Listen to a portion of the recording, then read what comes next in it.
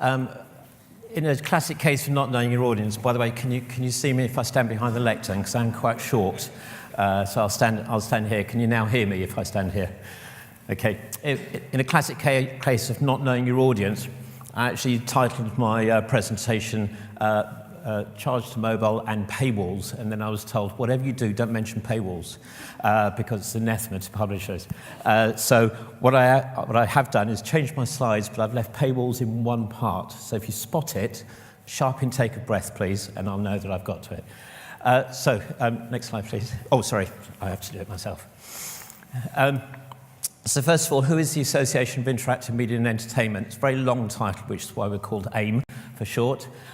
We are a very specialist organisation, UK focus, and we look at the representing the commercial and regulatory interests of companies who are in the interactive entertainment and media industries. And that's digital content and services, as well as broadcast, interactive broadcast. So if you're voting on X Factor, on one of our sponsors, ITV, who's there, then the chances are your X Factor vote will go through at least 3 or 4 of our members processing. The payment is taken from the consumer and the vote is counted, and the particular contestant has either won or lost.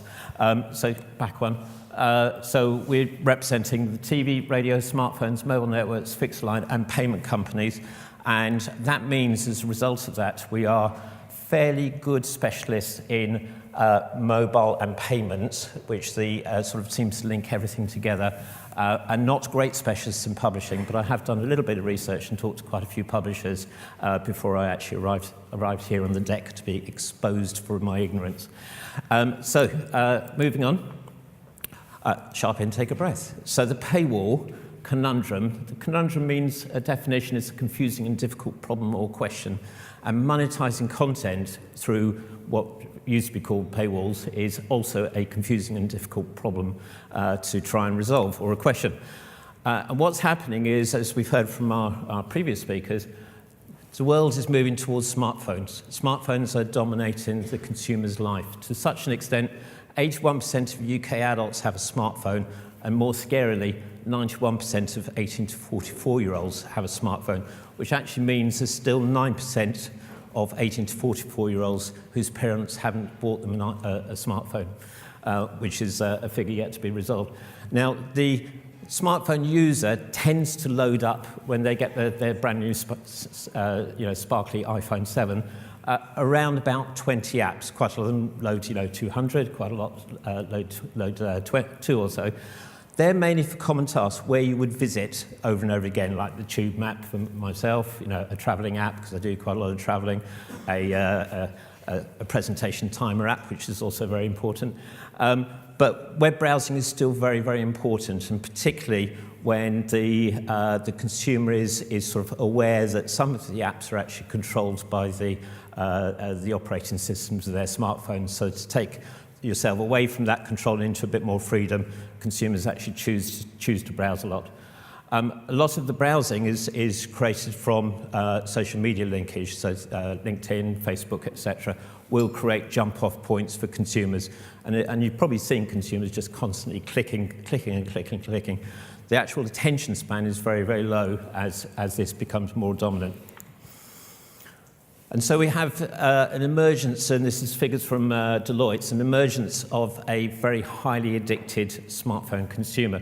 The picture, by the way, is not a whole bunch of people ordering the food. It's actually what actually happens in restaurants now is everyone sits down together and nobody actually talks to each other except they may be chatting via their smartphones. But 33% of the check the phone within 5 minutes of waking. And it's not just the alarm clock, it's who's texted me overnight or who's updated their Facebook status. 34% actually wake up to check their phone, particularly if they hear it go beep. And more importantly, 80% are constantly on their phone while they're doing other things that should actually be demanding their attention, like talking to friends, having dinner, working. And as a recent case in the papers, even driving, people are checking their Facebook and their music while they're driving, which is worrying.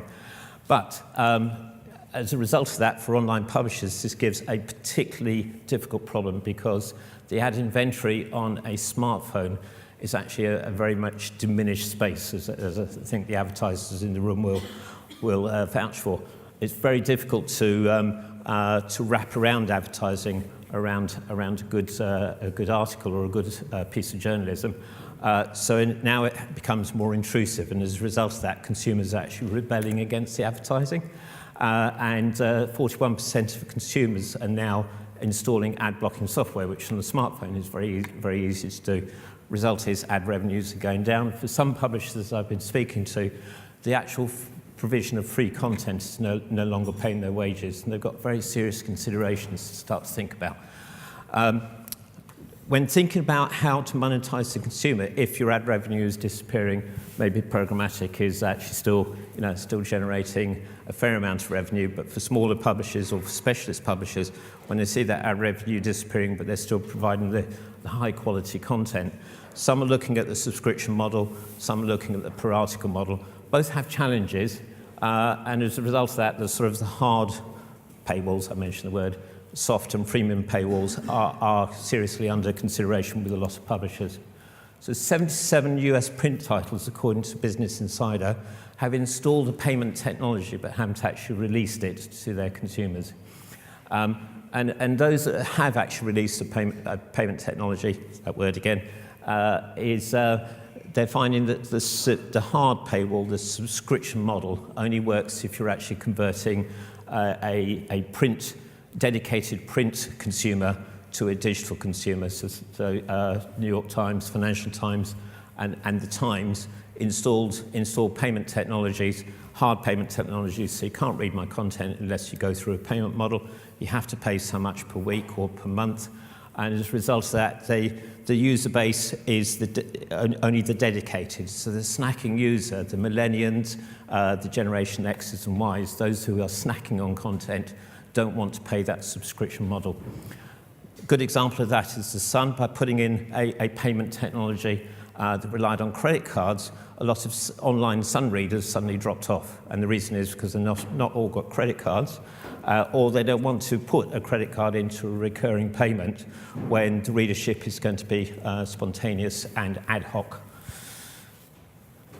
And again, in the same research from Business Insider's, millennials will pay micro payments, so really small value payments, so 10 pence an article for a really good article, maybe 5 pence or whatever. They will pay for that. 25% of the millennials is actually quite a high number of people. But everyone expects the news, as in what you see on the BBC every morning, to be free. So those who have put in micropayment technologies are looking at different successes. So some of you will know the names behind these companies, but there's one company that actually has put in a prepayment, so you can top up effectively the publisher's wallet, and then decrement that by taking out reading an article and paying for that article, and it gradually decrements, and then you have to top it up again. You've still got the barrier of actually someone committing that amount of money. So there is before the consumer actually goes and commits that amount of money, they must engender a feeling of loyalty with that particular publisher. There's a second model, which is the preloaded digital wallet that is then shared across publishers. So as a consumer, as you've come across an article, you can pay for it with this preloaded wallet. Again, it's really good because you're paying a small amount of money for an article, and it's very spontaneous and ad hoc, but you still have to commit yourself to effectively a digital wallet that's for publishers. But it does give the advantage the consumer can then float across different publishers who have signed up to this service. And then content aggregation with a per article payment. So actually this is a company that's bringing in content from lots of major publishers who really don't have that fleet of foot technology to enable this. They're bringing in all that content, making it available to the consumer of that particular service, and the consumer is then paying per article with an opportunity for a refund if they don't like the article, which is really good because it really pushes up the quality of journalism as a result. What I call the Now TV equivalent of journalism, which is bringing all the films in, but you only pay for the one you want. Now, what my role is as representative of mobile operators and payment intermediaries who work with mobile operators to actually do a bit of advertising. So I'm going to introduce a terminology which is called charge to mobile. Now, you may hear it, it's around the world, but it's known as carrier billing around the world. We don't like the word carrier billing because it demeans the role of a network operator. And the role of a network operator is not only to carry your data, your text and your calls from one place to another place, but actually have a billing relationship and a customer service relationship and have a caring attitude towards its customers such that when you go through a payment technology and commit charges to your mobile bill, they actually guarantee that what you see and the price you're paying is actually up there in front of you on the screen. So we call it charge to mobile, and it's a UK terminology. Essentially, it's a micropayment for digital content services. There is, in the future, there's going to be ticketing and you currently see charitable donations, you currently see text voting on TV. So all those are used in the charge to mobile technology. In the digital world, it can be as low as 1 or 2 clicks to pay. This picture shows an example of a consumer about to buy a 25p product. Now, 25p in a credit card, we will lose most of it on the commission, whereas 25p on a mobile, the commission rates are a lot more generous at those very low levels. That particular screen actually asking the consumer to enter their mobile number. If they were on the 3 or 4G network, that screen would not be asking them for the mobile number because that's transferred automatically to the payment intermediary. And so, therefore, the continue button or the buy or pay button is a single button press for the consumer. No user pre-registration. Effectively, every mobile user in the UK has got a wallet of some sort. A prepay user has got a preloaded wallet. They're using it mainly for talking and texting and a bit of data, but they can also use it for digital content. A post-pay user has got what's known as a deferred payments. At the end of the month, the mobile operator gives them a bill, and it includes third-party services. So you don't have to ask the user to commit to a wallet, to top up a wallet, so it can be decremented. And the most important double aspects, it can be a single charge or it can be a recurring charge. So if the Times wants to do I can't remember what the Times figure is, but it's probably about £10 a month, £10 a week, sorry, £10 a week for the Times, then that could be taken from the consumer's mobile account. And here's the most alarming fact. Because everybody has got that functionality, the conversion itself speaks for itself. So Facebook, when they enabled charge to mobile, they saw a conversion rate of 77%. So at the checkout, where they're taking money for games and other virtual goods that you can buy on Facebook, they were seeing 77% compared to previously when they were just taking credit card and debit card payments. BlackBerry App World, although BlackBerry is sort of fading away as a product now, the charge to mobile that was added to their App World increased the revenue itself by over 200%, almost instantaneously. And the final one there is the Windows Phone developers. Now, there are still lots of Windows phones around, but they now earn 4 to 6 times the amount because of the mere ability of the consumer's ability to actually go, click, I'll buy that, and click, I'll buy that. Very importantly, this is a single app store who, I can't mention their name, but it's actually printed on one of these posters around here. When they enabled charge to mobile, prior to enabling charge to mobile for their app stores, so they were able to sell videos, books, games, etc. Through their app store, but the consumers had to preload a credit or debit card or use PayPal. Up to that point, on the left-hand side, the usage on credit card and PayPal are the blue and red lines. As soon as they enable charge to mobile, the green line is the complete shoot-up of transaction usage almost overnight to those sort of levels. And more importantly, there wasn't a diminishment of the revenue.